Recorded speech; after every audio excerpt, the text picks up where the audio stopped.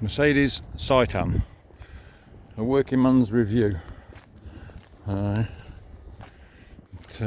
had it for about 8 days, something like that, and we've done about 260 mile in it. It used all local runs. It's used 44 pounds worth of fuel in those few days for 260 mile. And am I impressed with it? Not at all.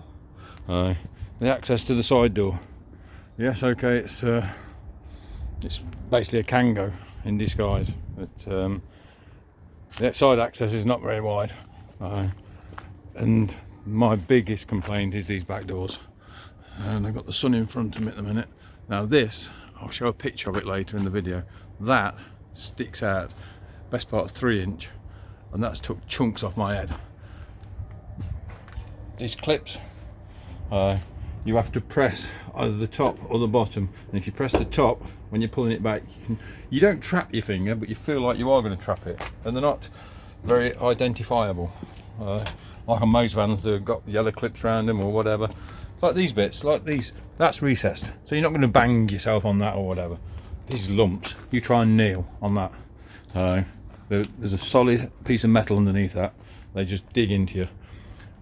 The interior light goes on and off when it wants, so that you have to keep locking and unlocking the van to make it come back on, and if you want to switch it off when you've got a full load, you got no chance. And on this side, when I was loading, again, push the clip back, that bit, can we get a good angle of it? That bit sticks out, and I've caught my head on that bit, and again I'm struggling with the sun apart the wrong way around. These clips here, there's no protection around them, nothing, they just stick down. And the number of times when you've got boxes loading into the back of this van, they're whacking your head every 5 minutes, and you try and load at an angle or whatever, but these doors, they just stick out so much. I've heard other people complain about them and what have you, but now I've got living proof on the top of my head. I've got more bruises and bumps and scrapes that the rest of the van I can't really complain about, but it's a working vehicle. You're supposed to be climbing in and out of it, so let's turn it around so we can get a better view. Right, in the vehicle now. The good little displays and what have you, for all the different settings and what have you. The mileage on it, there's that many buttons, I don't know how to work it. Where's your mileage? No idea. There we are. It got 45 miles on it when we had it, so it's got 327 now. Let's turn it off. Get in and out of it. When I get in, I put my foot here, right on that lump there. Then it's doing a little dance with your feet and arching over. That has been fun every day. I'm not sure what's happening with the centre console. It's when you're driving, it's fine, but it is rock hard plastic. So I mean, I'm 6'4", so if you're short, it's a short man's car or a short man's van. The seat belt, they've hidden it right down here. That's the whole of my hand disappears below that this centre console part. That is solid plastic as well. So, and when you get bumps and scrapes on your hand, you're forever tucking your hand down the side of it. They've hidden it away really well. Looks all right, but you can imagine it's about 8 inches down from that centre console. A good 8 inches, if not more. Yeah, it's just everything is hard plastic. The buttons, oh, I've had some fun with them. There's a speed limiter on the steering wheel. Well, I drive with palm of my hand quite often, going around corners and what have you. I hit that one time coming out of a junction. Unlimited at 20 mile an hour. I didn't know what it was. I thought I'd try different gears, different this, different that. It's dangerous. And then another occasion when I was driving down the road, stereo come on.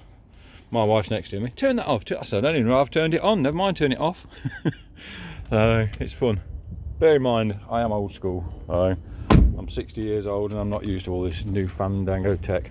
So I prefer my old transits and stuff like that. Smiley front, you can't beat them. You can repair them at the side of the road. Right, these are the clips that stick down. Nothing surrounding them. Nothing at all. They're hanging down, inch and a half. You can tell I'm old school with the measurements I'm using. But, and these doors, they're just accidents waiting to happen.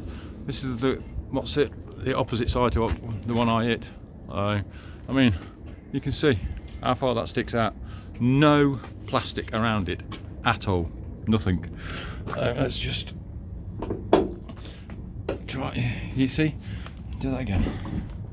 See if we can get a better view on it. See, it's that piece there you've got to press, and you've got to be careful, because then you've got to push the door and hold the camera. It works. I don't say it's not working, but it's hard work. And these pieces, they just hang over massively. Again, there's the width of my hand, and it's still protruding from that.